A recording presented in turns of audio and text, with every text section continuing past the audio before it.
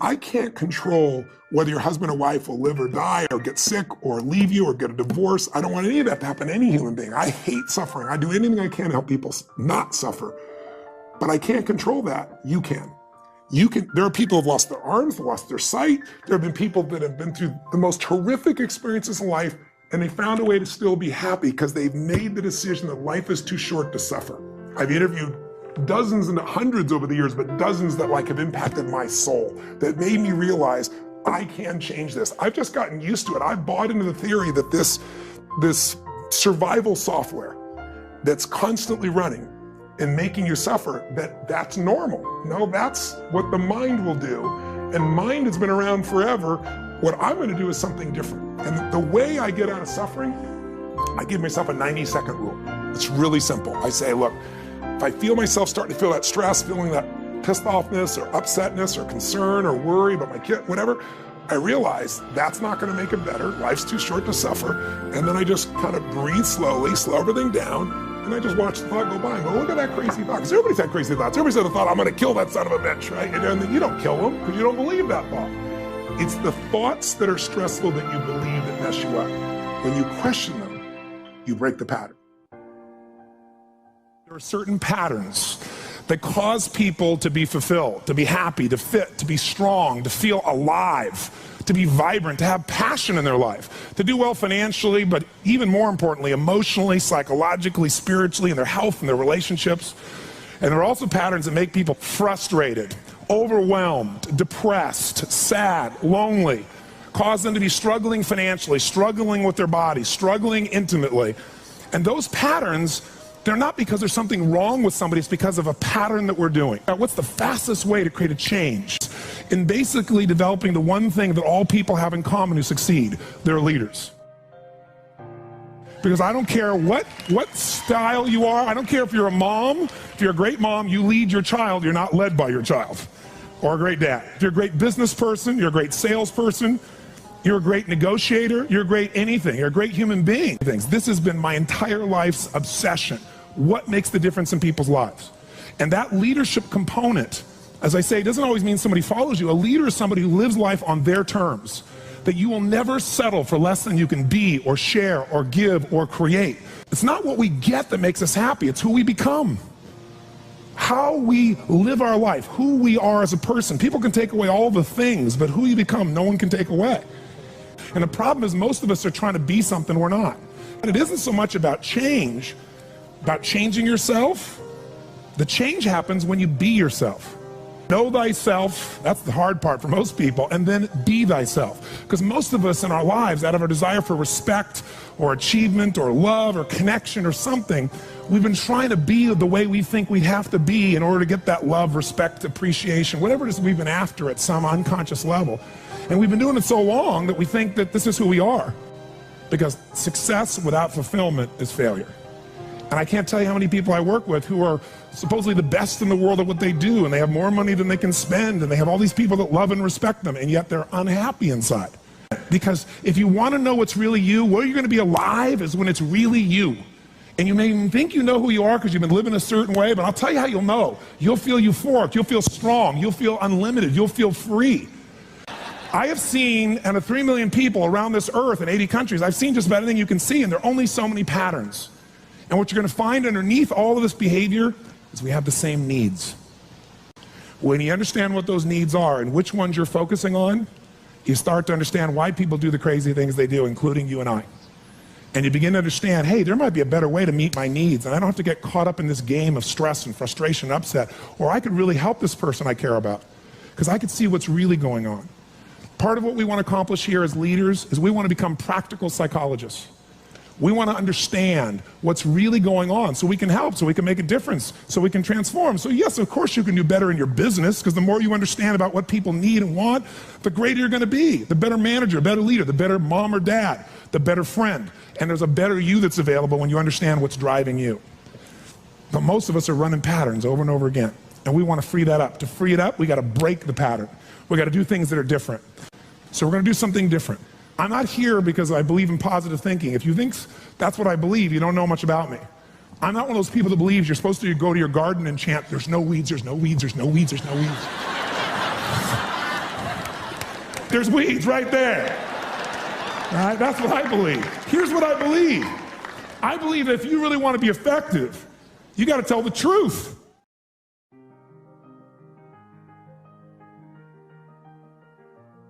What I want you to get is that the single most important skill in life, it's the word that all leaders have. What would that word be? Influence. What changes companies is leaders. The only way to change a company is leadership. If I want to change a company that I own and I want to make a shift in that company, the number one thing I'm going to do is shifting leadership. That might be taking leaders to a different level. That might bring new leaders in. That might be new leaders of new voices with new perspectives, with new skill sets, new directions, but we need to take things to another level. Leaders solve problems and leaders maximize resources. If you're gonna solve problems, you can't do it yourself or it would already been solved. You have to get others to help you to do it. That requires influence. True? If you're gonna get people to maximize resources, that requires influence. If you're gonna get people to partner with you, provide you resources, capital, suppliers, anything, that requires influence. If you're going to have an impact on your kids or your community or the world, that requires influence. There is no more important skill of leadership than influence. And yet most of us think of it like selling, and as a result, we don't master influence. So I'm not here today to try and get you to become a master of influence in 45 minutes or so of my chatting with you here, because we have so many of the speakers. This is the area of life I am most focused on. Because I know that if you can't influence, you can't lead. But if you can influence powerfully, intelligently, with integrity, there's no limit to whatever you can envision and what you can make real. And if your influence becomes not just you as the influence, but you're able to influence systems, people, company, culture. If you can turn other people into influencers, now whatever you vision about can be made into a reality. And so as a skill of influence, we got to ask ourselves, how many agree leaders are what change companies? Raise your hand if you agree with that, say aye. And leaders' number one skill is influence. If you agree, say aye. And then the question becomes, how do you influence? How do you influence consistently with integrity? You can influence many ways. You can do it without integrity. But the good news is we live in a world today where whatever you do, it's transparent to the world because there are no secrets anymore, are there? Try to have a secret today, bless you. You can forget the secret. With the internet, with the culture we have, the way the world is today, there are no more secrets, and whatever you think is still possible to keep secret, give it 3 or 4 more years and it'll be impossible. Every phone call you make is recorded. There's no single phone call that goes in and out of North America that they don't have a recording of, and they can search by word, by tone, by tempo. They can even recognize voices now. There is no such thing as privacy. Everything you've ever put on the internet is there forever, and people know it and can search it. The way you write is searchable now. You can not sign your email, you can put it on somebody else's email, and the structure of your language and the way you influence things can be studied at this level.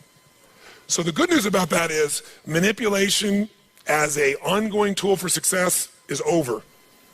But adding value will never go out of style. Truth will never go out of style. So influencing with integrity is the secret. But what really influences people? Do facts and figures, we give you enough facts and figures out of a core story, is that going to influence people? No. It's the weaving of that story together in a way that produces what shifts people. And that's human emotion. Ultimately, the big game here is emotion. You have to influence emotion. You have to influence the emotion of your people. If you're going to maximize resources, and if we all agree, as we talked about the other day, it's not a lack of resources, it's a lack of what? Resourcefulness. If you're creative enough, if you're playful enough, if you're determined enough, if you're focused enough, you can find a way. If you're giving enough, if you're generous enough, if you're honest enough, if you're courageous enough, you will get people to help you. You will find the way. You will make that thing happen. You'll access the resource. You get someone to coach you, teach you, loan it to you, let you try it, drive it, experience it.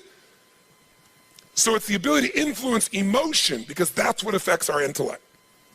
That's the bottom line. A core story is only there to give you a set of facts to educate someone that will make them emotional enough to make a decision.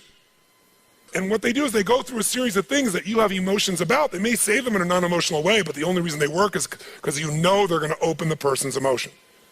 How many agree with me on this? Say aye. So as leaders, we can never forget that humans are emotional creatures, including ourselves. And to influence other people, we have to know what already influences them. And we can't ever forget what truly influences them. It's going to come down to our ability to connect with them at a deep emotional level or get others to do the same. Here's how I'd say it in a really simple term.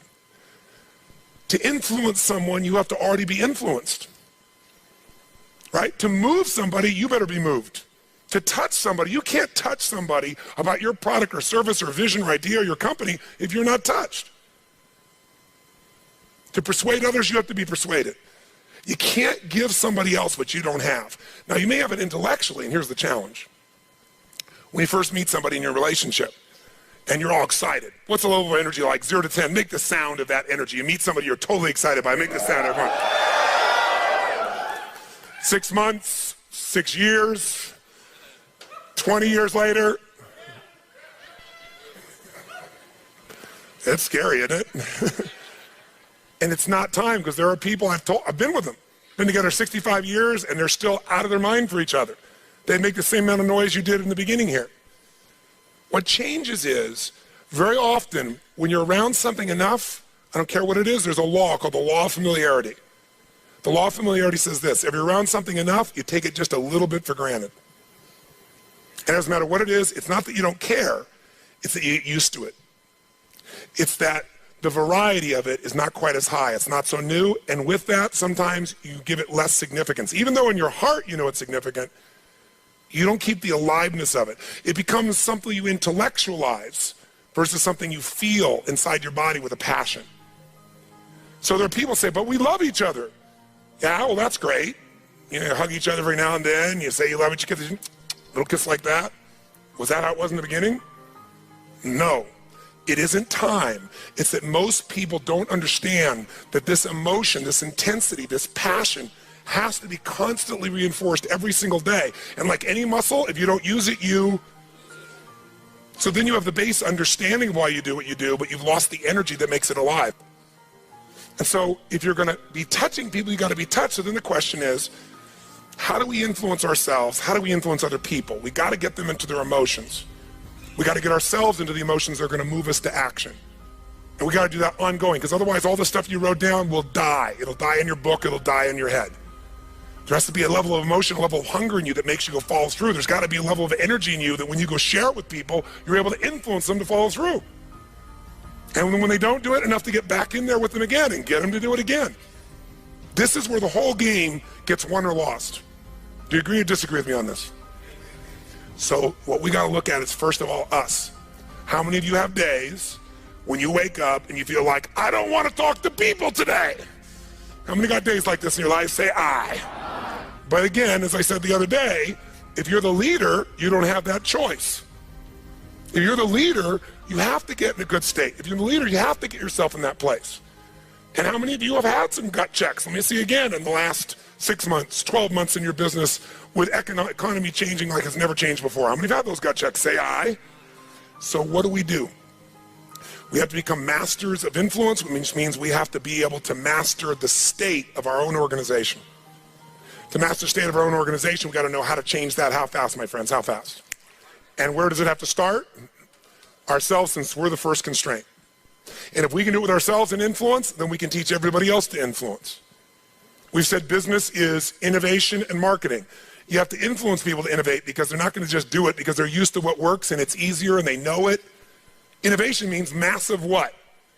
Change. How many people go, give me more massive change in my life with all the other things I'm trying to hang on to? They're not going to do that. You have to influence people to innovate. And marketing is influence. So, what influences us is our states. How do we change our states? Let's start with you and I and with anybody we're going to work with. You've worked with me before, you know the first answer. If you're going to change somebody's state, the fastest way to do it is physical. Trying to change somebody's mind is really hard. Change their body, their mind will go. If you doubt it, give somebody enough alcohol and just see how quickly you can change them. True? Give enough alcohol, I don't care who they are, they're going to change. What are you changing? Biochemistry, physiology. Physical body and the emotion, the mind will shift. That's why people take drugs. That's why people eat. When they go eat, it's a biochemical change in their body. So, but we can do this through movement. We can do this through change. So if you want to be the leader and you're going to be affected, first thing I'd say to all of you going home, so you don't feel overwhelmed, is you need to develop an ongoing discipline, because we are our rituals. And I mean a physical one. If you want to say, well, why is my life the way it is today? look at your rituals. Whether you call them rituals or not, you have them.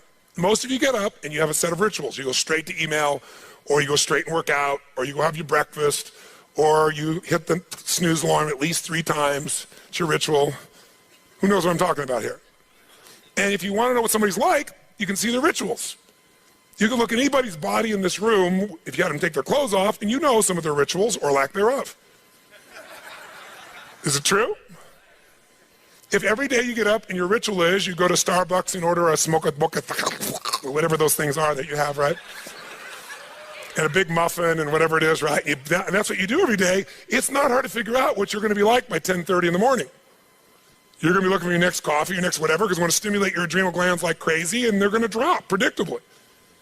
And we know what your stress level is going to be like. We know when your energy is going to go and fade. It's predictable because of your rituals.